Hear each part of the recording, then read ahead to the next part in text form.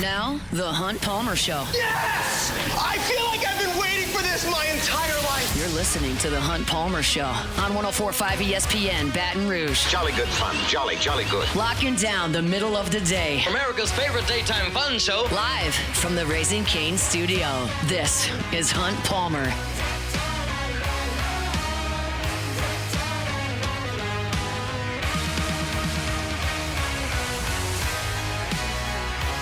Welcome in. Hunt Palmer coming to you from the Raising Cane studio downtown in the capital city on this Tuesday. Means we're brought to you by Immense Networks Cloud IT Management. Hope your work week's off to a good start. Jordan Kitchens, Cassie Spazzali back there on the ones and twos, and we have got a lot to do in this show. There are some days where around 11:30, I've got some holes to fill in the show. Today, they were full before 9 a.m. Whole thing was loaded. So we'll get to the Saints as they get into the NFL draft later on this week. Glen West will be with us at 1:30 talking Tigers. LSU football was on the practice field earlier today. I've got a report on that. Will Wade has a player. Not 13, not even 5, but 1. He does have 1. We'll talk about that. And, of course, we'll get to Sharif Ishaq with the Saints as well. So lots and lots to do over the course of the next 2 hours. Let's crank it up the way we do every day with our opening drive. Welcome to the big league. It's time for Hunt's Opening Drive. Presented by Fabry Chevrolet GMC in St. Francisville.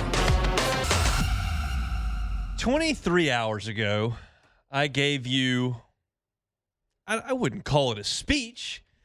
I wouldn't say I poured my heart out. I would just suggest I expressed my feelings about this LSU baseball team. I said, look, I know they're in a terrible spot. And I know that a lot of folks have thrown in the towel, have waved the white flag. I can't. I don't want to get into football in May. And I've seen miraculous turnarounds. And I'm passionate about the program. And I'm going to Starkville this weekend. And I'm going to ride with them through the storm until I'm told I cannot be on the horse anymore. That's just the way I'm wired. It's the way I function. And I've told you all year this year that I prematurely hit the panic button in 23 with the bullpen.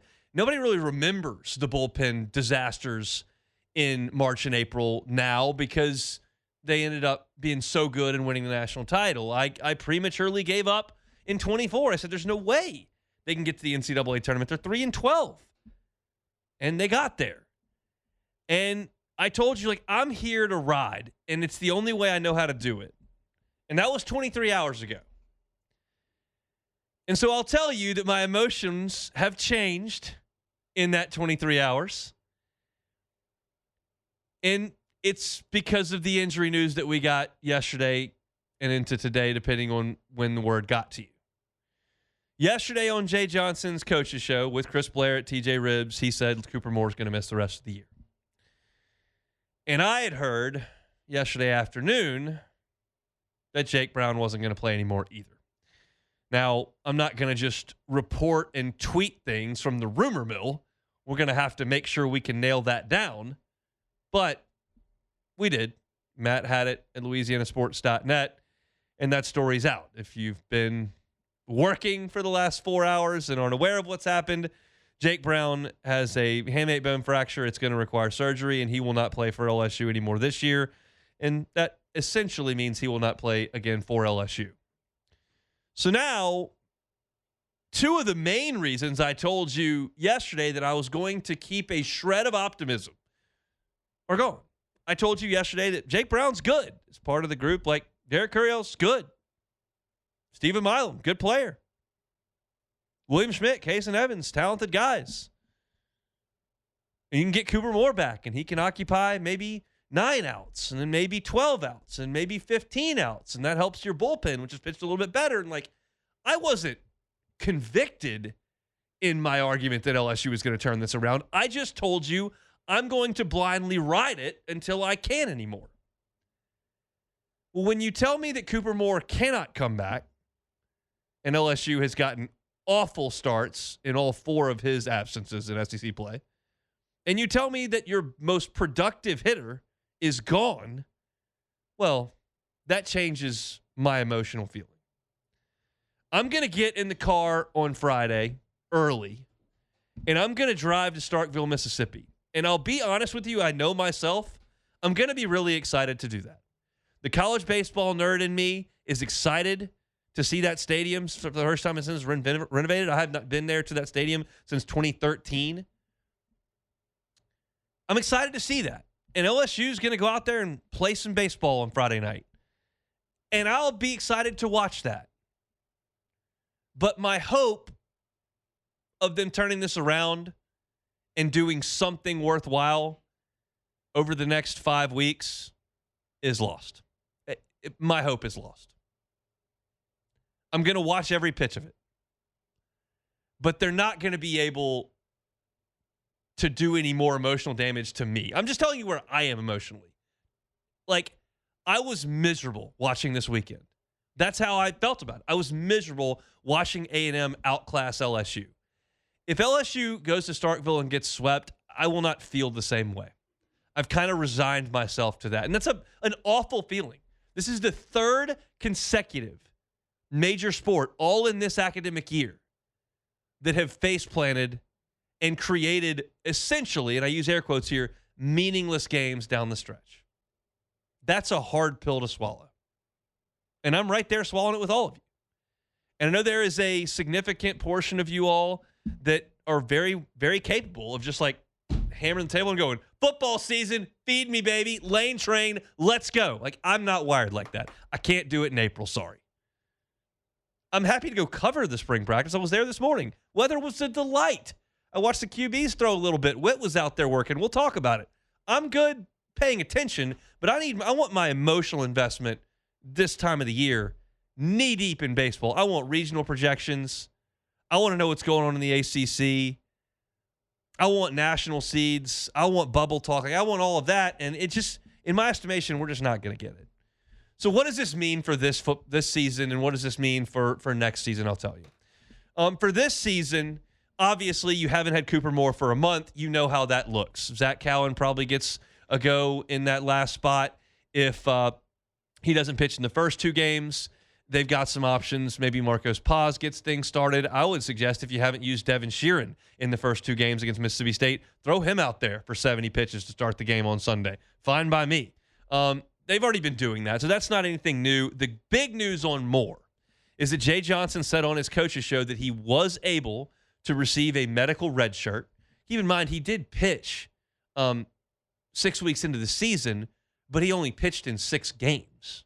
So that's why you're able to keep the medical red shirt, because he's a pitcher who doesn't play. If you play for 6 weeks, I don't think you can get a medical red shirt. But 6 games, because he's a starting pitcher, you can get that. So why is a medical red shirt necessary for a junior? Well, he's able to come back next year if he wants, and he can maintain his draft leverage so he can sign for a significant amount when he completes next season as a junior as opposed to a senior. And it sounds like he wants to come back.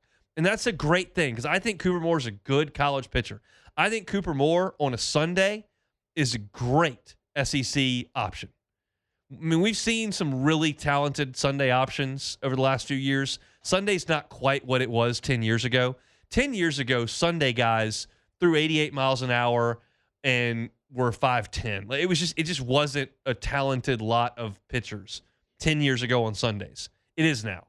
But Cooper Moore is a guy that I believe can pitch in the SEC. He's not a Friday guy, but I think he can get you 15 outs in a weekend. And there is always, always, always room for that. So I'm hopeful that Cooper Moore does come back. Jay Johnson said last night that he would. And so that is good news for LSU in 2027. Stinks for 26, but you haven't had him for a month is what it is. As far as Jake Brown goes, I know that his SEC numbers are not good this year. He's hitting just over 200 in league play. He's got some home runs, obviously, but he's done a lot of damage in the non-conference and certainly in the midweek. But he is by far your most potent power option. I don't think I would suggest he's got the most power on the team, but he is your most productive power hitter. He's grown into it over 3 years, and obviously with the 16, 17 home runs, he's had a great season. He's played himself into a second-round draft pick, and I think he's done at LSU. What does that mean for this team? Well, you've got a hole in the outfield now. Stanfield's still going to play left. Curiel's still going to play center. And then in right field, you've got a number of options. I believe the two options that will be most prevalent are Daniel Harden and then the freshman William Patrick. We've seen Tanner Reeves play some outfield. We've seen Braden Simpson play some outfield. Mason Braun is an outfielder by high school trade. And so you can put those guys out there depending on matchups, how you want to do things. But I think that Jay Johnson will probably want to get a look at William Patrick and Daniel Harden. And that sounds like a very obvious thing to say, but I'm just telling you, this is not a charade. When Jay Johnson says 56-game playoff, we're playing every game to win, like there is an element of truth in that. And Jay Johnson is not going to wake up today and say, okay, this season's over. How do we get better for next year? Like that's not how he's going to approach it. Now, at the same time he's coaching the 2026 Tigers, he is certainly coaching the program as well, okay? So I'm not suggesting he's shutting the door on 2027. I don't think it's front of mind. As much as you, the fan, would like it to be, and I just told you that I've lost hope. So I'm not like saying that that's an irrational perspective. I'm just telling you Jay Johnson's not going to punt the football on 5 weeks of baseball. He's not. He's not going to punt. That doesn't mean that the freshmen won't play, but you're going to see some older players play. You're going to see some guys that will not be on next year's team get some at-bats. That's just part of it. They are going to try to win on Friday. And so I think it just gives an opportunity with a lessened bench and as much matchups as he wants to play, he's going to get those guys looks. Patrick is a freak athlete. He's the best athlete on the team. He and Jake Brown are the best two athletes on the team. Patrick's probably a little bit more dynamic, but far less polished because Jake's been in college for 3 years. But Patrick was a uber-talented high school football player. He runs like a deer. He's physical. He's got a big arm. Like he has got a lot of tools, but they are very raw. And you're going on the road in one of the most hostile environments in college baseball against a talented pitching staff. So tossing William Patrick just straight into the deep end there may not be awesome. That's why you may see him tonight against the UNO staff that's not very good. But Harden has gotten some at-bats. He's played a little bit. I think he'll be out there as well. And you haven't seen the last of Reeves and Simpson and Dardar and even York. Like those guys are going to get some at-bats moving forward. There's 4 weeks left in the regular season, and you've also got an SC tournament, which is single elimination this year, but everybody goes. So you're hurting for this year. You've got no starting rotation depth. You've got your most potent bat is gone. It's a tough scene for LSU, but you know what? Here's something I told myself today. If you were going to lose your number 2/number 3 starter, he was pitching second at the time, whatever you want to call that, and your most potent hitter in a season, this is probably the one. I don't want that to happen to the 2022 team, 23 team. I don't want that to happen to the 2025 team. I don't want that to happen to a team that's ranked second in the country. If it's going to happen, might as well be this one where you're I'm going to put my power rankings together tomorrow, and I'll promise you LSU's going to be 14th. So it's a gut punch. It's a bummer. I'm sad about it. I'm more upset that LSU got to this record than I am the news that happened yesterday. Like, I'm more disappointed at the season as a whole than I am, oh my gosh, Jake Brown's hurt. We're 6-12. What do we do? Like, probably weren't going to do a lot anyway. And I don't need Dylan Cruz getting hurt in 23. I don't need Jared Jones getting hurt in 25. Like, you get the picture, right? It's a huge bummer. I'm really sad about it. But again, I promise you, because I know how I am, I will wake up. My alarm will go off at 4:15 a.m. on Friday to get in the car and go to Starkville. I will be excited to go on that trip. That's just the way I function. And I'll look forward to watching LSU play baseball on Friday. But I promise you this, they might lose 14-4. I'm not going to cry about it because they've hurt me enough. And these two injuries, this update to me is wind out of the sails. But they got to play tonight, 6:30. We'll preview that one a little bit later. May talk about it some with Glen West coming up in 15 minutes. We'll talk some football when we get back. Haven't decided yet. I have the 2 segments ready. Haven't decided yet if I'm going LSU football practice report or Saints draft talk. We're going to do one of them. But I'll decide in the break, and you'll figure out when we come back. The Hunt Palmer Show. Our friends at Ochsner want to make things as easy as possible for you to know where you need to go for your care. You've got a symptom tracker right there online at ochsner.org/findcare, and there are really three options for you. You've got your primary care. That's comprehensive. It's continuous. So your annual checkups, headaches, low back pain, maybe skin irritations, or your chronic disease management, those things can be handled with your primary care. So you can schedule those visits virtually or go in at www.ochsner.org/brprimary. If things are a little bit more serious, urgent care is an option that is available to you. That's going to be immediate care for common illnesses and minor injuries, sprains, potentially broken bones, lacerations, maybe urinary pain, earaches, rashes, skin irritations. That's where urgent care is available. Walk-ins are very much welcome. They've got extended hours. You can find a location at ochsner.org/urgent care. Now, if you've got severe or life-threatening conditions, emergency care is vital. So call 911 or go to the ER. Severe chest pain, severe head trauma, loss of consciousness, severe abdominal pain or dehydration, all emergency room visits or 911 calls immediately. 24/7 virtual care options. My Ochsner virtual visits you can schedule online through My Ochsner. Convenient follow-ups and routine care are available. Download that My Ochsner app, and you can also call Ochsner on call at 1-800-231-5257. That is our friends at Ochsner. You're listening to The Hunt Palmer Show on 104.5 ESPN, Baton Rouge.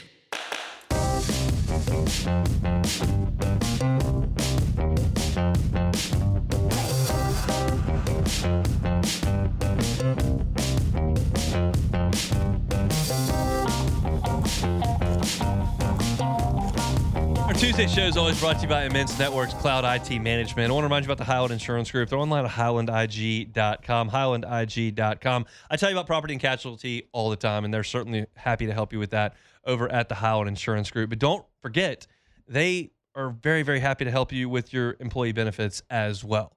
That's a huge, huge piece to acquiring talent and then retaining talent in your organization is making sure your benefits are great. Medical, dental, vision, they're all a big deal in making sure that you've got the right people in your organization. So if you're not comfortable with the renewal that you just had on your benefits, or you've got one coming up that you're a little bit nervous about, or you just feel like you're not offering what you could be offering, let the Highland Insurance Group be a second opinion for you.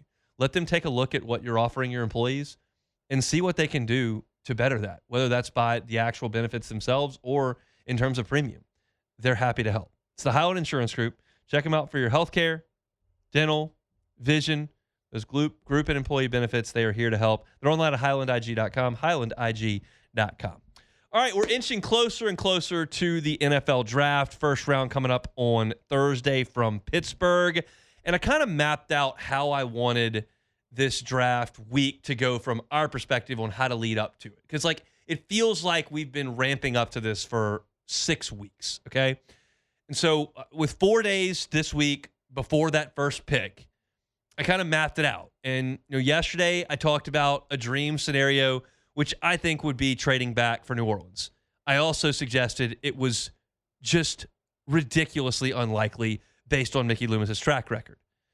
So that's what I want to talk about yesterday. I think it's the right move for the Saints if you find the right partner and the right compensation, which is impossible for us to analyze because we're not having those conversations. But we had that discussion, and now we leave it in the past. I promise you yesterday we're not going forward with any more trade down talk. And they better not trade up. Here's the deal for today.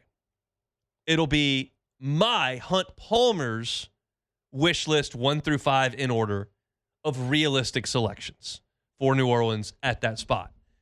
Tomorrow, I'm going to give you my prediction who the Saints will pick. And then on Thursday, we'll deal with all the rumors that are flying, because that's when the talk will really start to heat up. The final mock drafts will be out, and we'll just kind of analyze that. So today is my wish list. Not Mickey's, not Ireland's, not Kellen Moore's, mine. And then we'll see how we feel about it. Now, these are realistic. Yeah, I would really like it if they got Arvell Reese. Not sure that's happened. He's not on the wish list.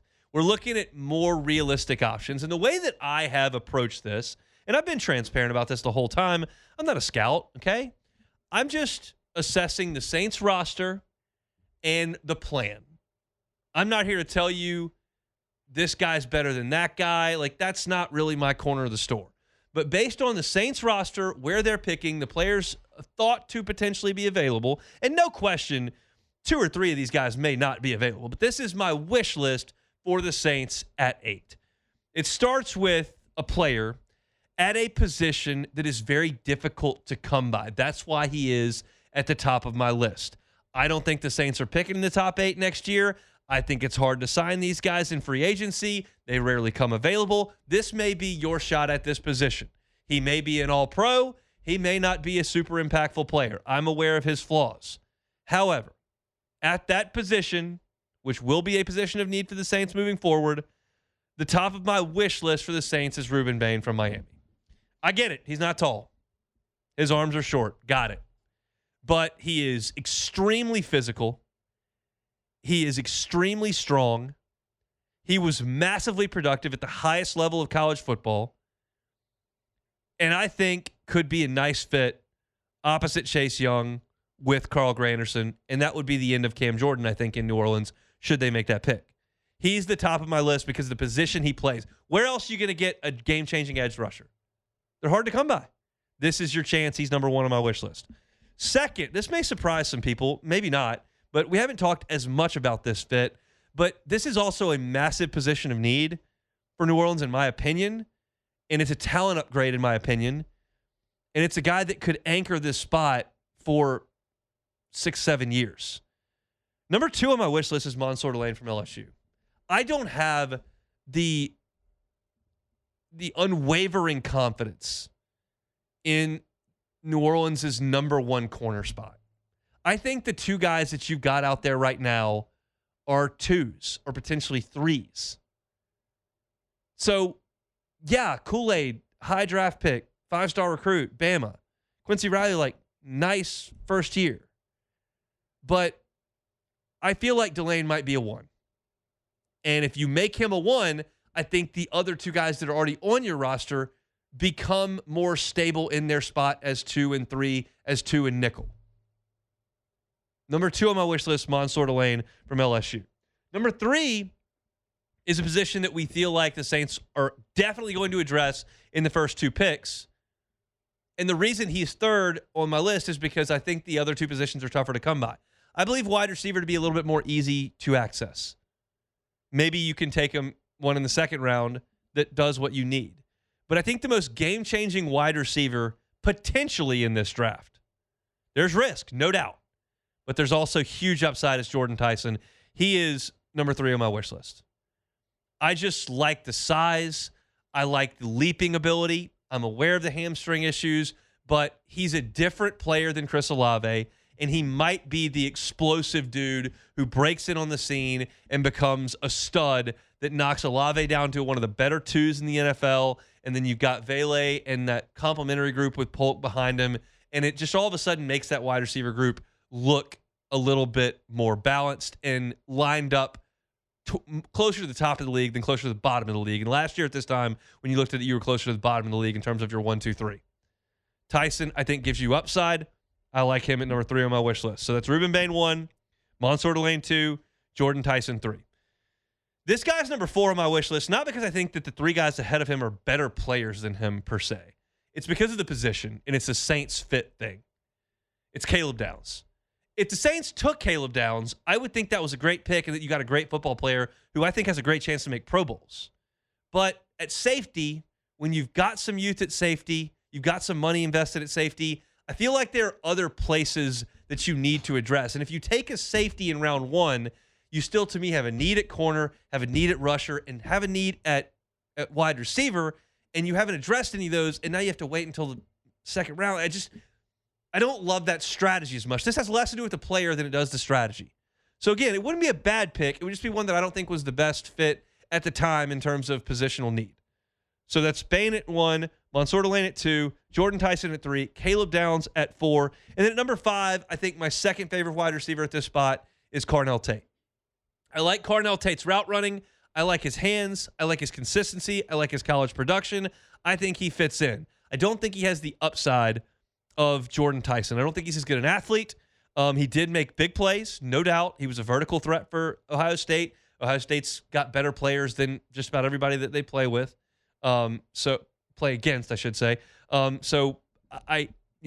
was playing off of Jeremiah Smith, which is a great spot to be in. I like Carnell Tate. Would be fine with the pick, but he's 5th on my list here. So that's Ruben Bain, Mansour Delane, Jordan Tyson, Caleb Downs, and Carnell Tate. Absent from this list, Jeremiah Love. Absent from this list is, obviously David Bailey is not going to be there.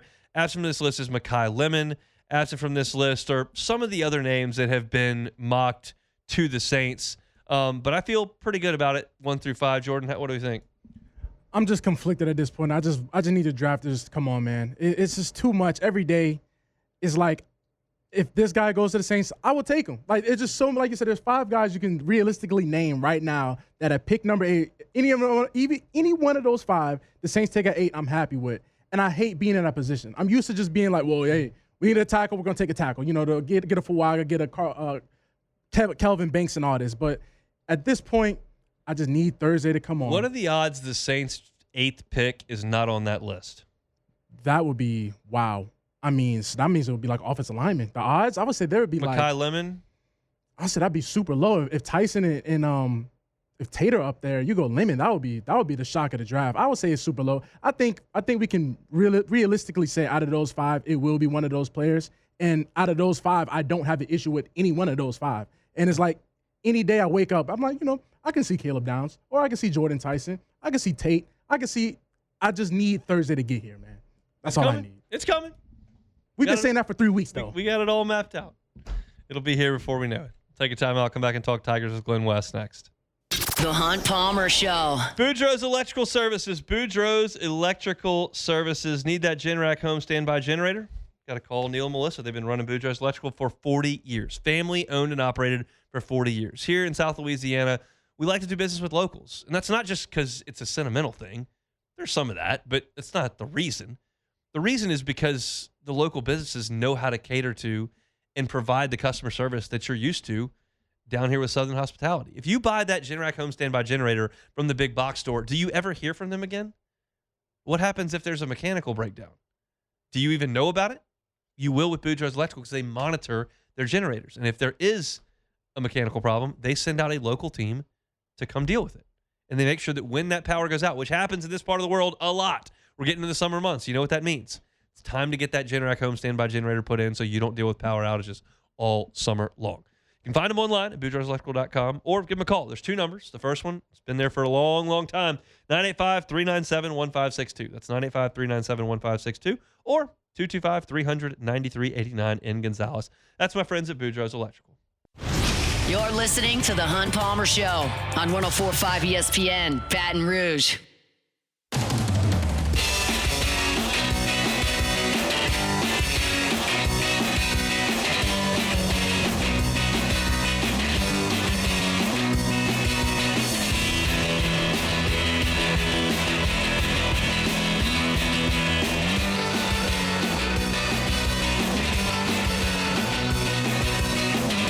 Tuesday shows always brought to you by Immense Networks Cloud IT Management. If your IT department is just overwhelmed, got 1 or 2 folks trying to handle all that goes on in your organization, contact the folks at Immense. They're not here to replace your IT department. They're here to help your IT department and help your business develop through the use of technology. They're proactive. They're a consultant.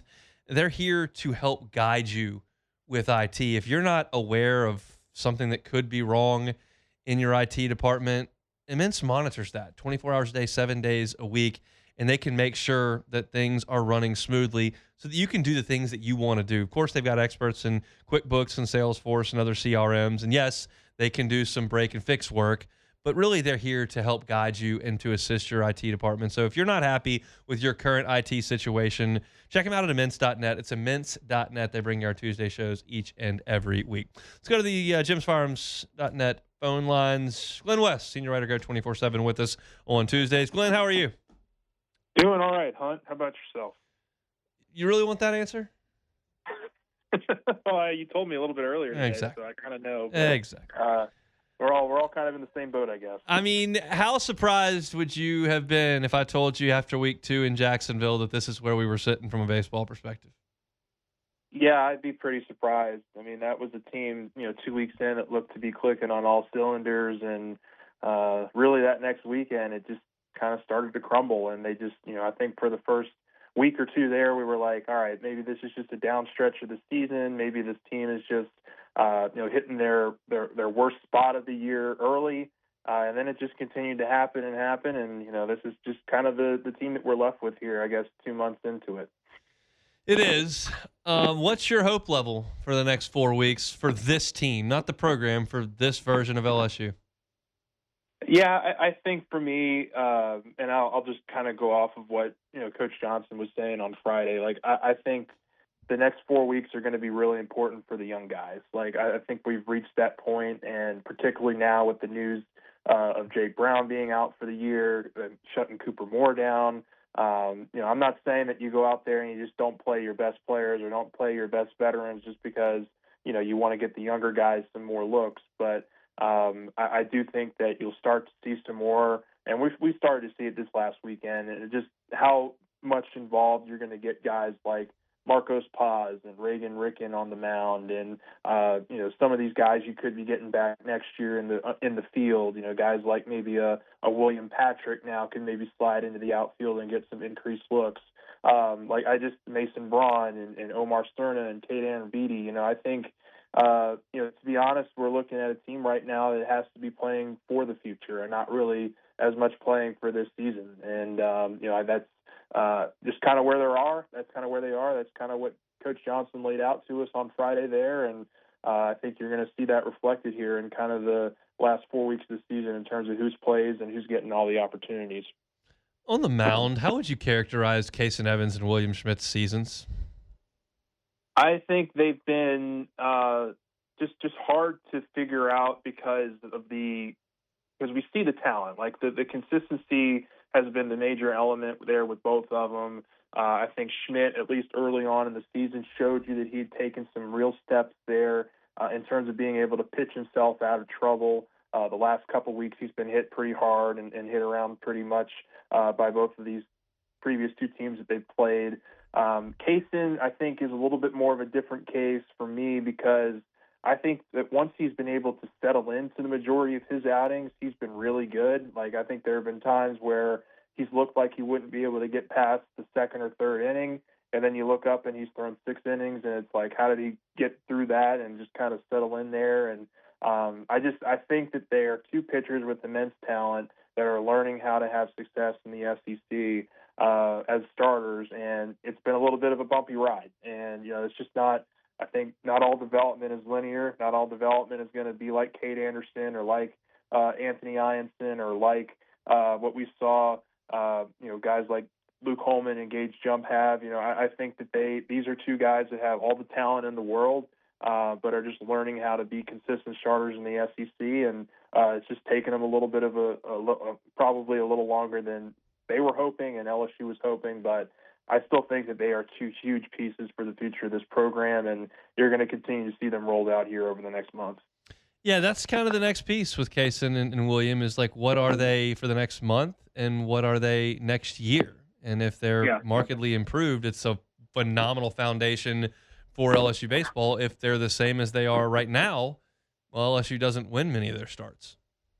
Yeah, it's a tricky line that you have to follow there. I do think that we'll see LSU be aggressive in terms of adding more talent to the pitching staff. I think it's good. I think maybe the silver lining here with Moore's injury, for example, is that it's not the TJ word. It's not the worst case scenario. They sound like he's going to be able to be back by next fall and being able to pitch again. And that's a solid piece. Like he was, I wouldn't say that Cooper Moore was the best pitcher that LSU's ever had here or anything like that, but he was a very solid piece for you in the weekend rotation, and he'll come back and compete for more playing time here next year and be a good piece for you. But I think with Evans and Schmidt here, like they need to go through these experiences, and that's another thing that Coach Johnson has really consistently said is that in these failures we have to be able to learn something out of it, and I think those two guys with every start are going to be able to take what they've learned and really pour it into their development here in the off season. But I'm still super high on both of them. I know this has been a rough stretch for both, but I mean, we've seen the best and we've seen the worst, and if they can find a way to get the best versions of themselves a little bit more consistent, it's a 1-2 punch that I think next year it could be really, really scary for the rest of the SEC. Glen West, our gas senior writer over at Go 24/7. All right, let's transition over to football. Winding things down in the spring. Lane Kiffin met with the media earlier today. Spoke about the offensive line. Spoke about some of the young defensive linemen as well. Anything stand out from Lane Kiffin today? Not a ton today. I mean, I would say probably, he was asked, the very first thing was about Deuce Gerald's and just kind of his quick ascension here over the last month. And I think that's, going to be a storyline to follow, is not just him, but also, fellow freshman Richard Anderson and then Lamar Brown when he gets here this summer. Like, I think that LSU is going to be in a position where they have to lean on, 2 or maybe all 3 of those guys for really meaningful snaps here in the fall. And, that's, I think if they're ready for it, that's an awesome position to be in if you're LSU. But we're going to have to just wait and see what those guys look like on the field, because that is an adjustment here once the games start. But they've been really impressive so far. He was asked about Winston Watkins, the wide receiver who they got from Ole Miss, who followed Lane over from Ole Miss, and I think that was a really interesting answer. He's the only guy really in this offense that has any experience of playing in this system, and he's really taken that opportunity and kind of just run with it here over the course of spring. I don't think there's been a more consistent offensive player for LSU over the last 4 weeks than Winston Watkins. So I think that they're starting to find maybe a few pieces here that I think you can say pretty comfortably will have roles. I think Watkins is one of them. I think Jackson Harris is another. And then I think, you look at Trey'Dez Green, you look at some of the pieces on the offensive line like Jordan Seaton and Braylon Moore. I think those are guys that, barring injury, of course, should all have pretty significant roles on this offense here going into the fall. How many basketball commitments will Will Wade have next time we talk?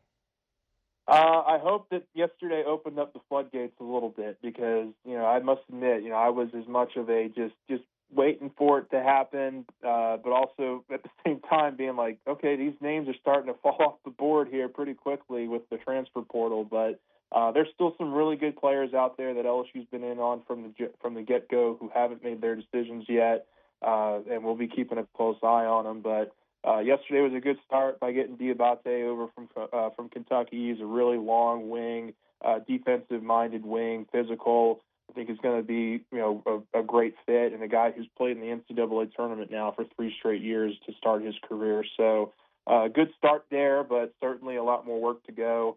I'll guess that they have at least half of their team completed by next week, if not more. That's just a guess, a wild guess, but I think that they're going to start coming off the board here pretty quickly for basketball. We'll take it. Glen West will be all over it over at Go 24/7. He's with us on Tuesdays. Thanks, Glenn. All right. Thanks, Hunt. All right, we'll come back and close out the hour. A little football practice report when we come back. The Hunt Palmer Show. One Bath and Closets. OneBathAndClosets.com is the website. David Duvall and his team, 30 years redesigning and remodeling bathrooms and closets. We got a testimonial from right here in the building at Guarantee for One Bath and Closets. Brian Haldane, who hosts our mornings over on Talk 107.3, Mornings with Brian Haldane, aptly named. He had David Duvall come in. He and his wife, they needed a new master bath setup. David Duvall and his team came in and did it all.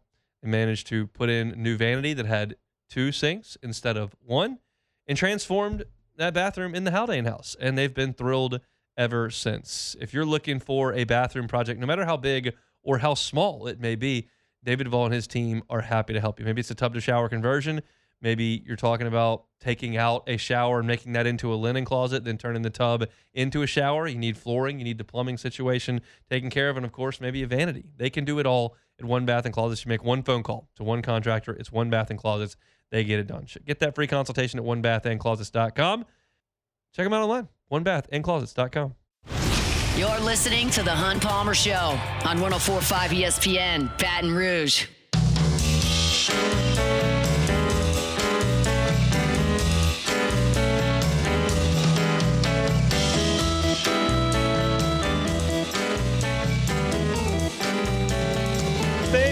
Chevrolet, GMC, FabryChevrolet.com, FabryChevrolet.com. You know, we live in an online world. If you want to start that car buying process online, be our guest at FabryChevrolet.com, because every car they've got on the lot there in St. Francisville is online at FabryChevrolet.com. So if you're thinking it might be time as the summer months approach to get into a new ride, check out the inventory at FabryChevrolet.com. They've got your Chevrolets, they've got your GMCs, and you know that once you make the decision, okay, let's make that quick drive to St. Francisville and see what they've got here in person, you're going to have a wonderful experience. Start to finish, the buying experience is going to be awesome. That's what the Fabry family's been doing for 35 years. They've been here for 35 years. Awesome customer service, wonderful buying experience, and great service after the sale. Check out the inventory of Chevys and GMCs, including Tahoes, Suburbans, Sierras, Yukons, Denali's, all there at FabryChevrolet.com.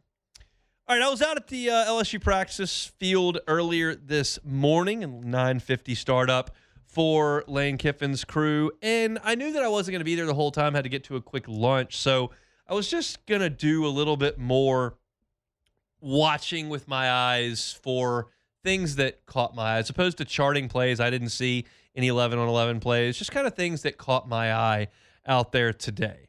And a couple of highlights that I'll share with you. Winnie Watkins made a really cool one-handed catch on a little bit of an end zone route against no defensive back. Ball was thrown up, and he just grabbed it one-handed. I watched the wide receivers pretty closely today. I considered when he signed at LSU, Winnie Watkins to be a very small wide receiver. He's not. He's not tall, but he is very strong. And he was making huge plays on Saturday, but I was up in the press box and not really able to assess properly the size of everyone on the field from way, way up in the press box. But standing 12 feet from Winnie Watkins when he was catching fade routes in the end zone, I can tell you he is a bigger dude than I thought he was. Made a highlight reel catch. Trey Wilson, the Florida transfer, also made a ridiculous one-handed catch on a seam route. He made another leaping catch back behind him in a crossing route. He's a really good athlete. Both of those two guys, incidentally, were in gold jerseys. So they're still in no contact, but they're out there going through drills. Those guys looked athletic. Whit Weeks was out there today. He was not in a non-contact jersey. He was leading the linebackers through the individual drills. He appeared in no way, shape, or form to be hampered at all. And this is just my speculation. This is not anything concrete. But I just feel like Witt's a little bit recovering from the injury. He's really over that. They think he needs very little work in the spring. They need to get him healthy and ready for the fall. So he's not sitting out of practice because he's hurt or incapable. He's sitting out of practice because he doesn't really need it and because they don't want to further risk anything. Because, I mean, when I watched him go through the drills today, he was ripping through those drills. First guy. And they're going under the little roof thing that they make you keep your pad level low while you go through, and he's going through the footwork drills and the cones, and like he was going 100 miles an hour and seemed to be completely fine. They ran their little quick six, which is the 6 plays we see 11-on-11 right when we walk in.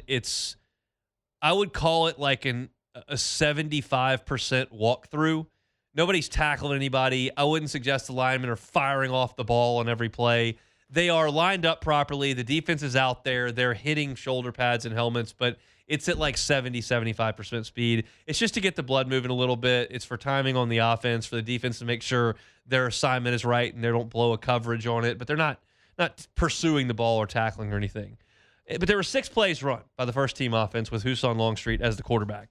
And 5 of 6 plays went to Dylan Jones. They tossed in the ball. Then they threw a dump off to him in the middle of the field. Then they threw him a screen when he was lined up at wide receiver. Then they handed it off to him. Then they threw an out route to Trey Green. And then they handed it back to Dylan Jones. And on one of the handoffs up the middle, Dylan Jones took it up the middle and he made a really like sharp cut. And there were a few media members like, whoa. Like he just, we've talked about him 5 times now in a month of ball. He's making a move. And it's pretty obvious to me.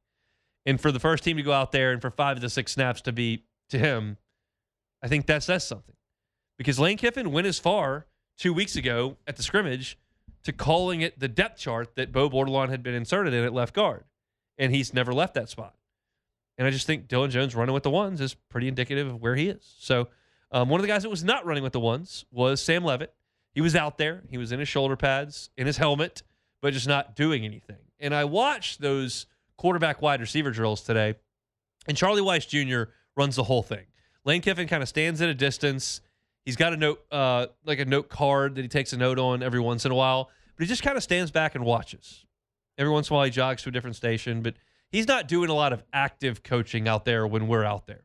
But I did notice twice today during the quarterback wide receiver drills, Lane Kiffin approached Sam Levitt and was kind of demonstrably talking with his hands about things that were going on. And so while Levitt is not able to participate physically, and that's a big bummer, and that's a negative about this spring, no doubt, I think Lane Kiffin is taking an interest in him during reps, and Sam is there, and he's paying attention, and he's trying to get as much, to absorb as he can without actually going through the reps. And I think Lane Kiffin's kind of paying some attention to that. Trey Brown was not there, as he has not been the last couple of days. Malik Blockton was taped up. He had to leave practice for a brief amount of time. Didn't appear to be something super serious, but he did leave and get some tape put on. Tamarcus Cooley returned, which was good to see. And I think that was about all my notes from practice. So perfect time. We've got 30 seconds left in the hour. If you want to read a practice report, Matt and myself kind of collabed on one for LouisianaSports.net. You can check that out for free on the homepage of the site right now. Our Tuesday shows are brought to you by Immense Networks Cloud IT Management. Hour number 1 in the books. If you missed it, you can catch it on demand wherever you find your sound. We got a lot to do in hour number 2. LSU's got a basketball commitment. I'll tell you about it. Lane Kiffin met with the media. You'll hear some of that. Sharif Ishak, too. The Hunt Palmer Show. Gotros Outdoor Power. Gotros Outdoor Power. It is grass cutting season.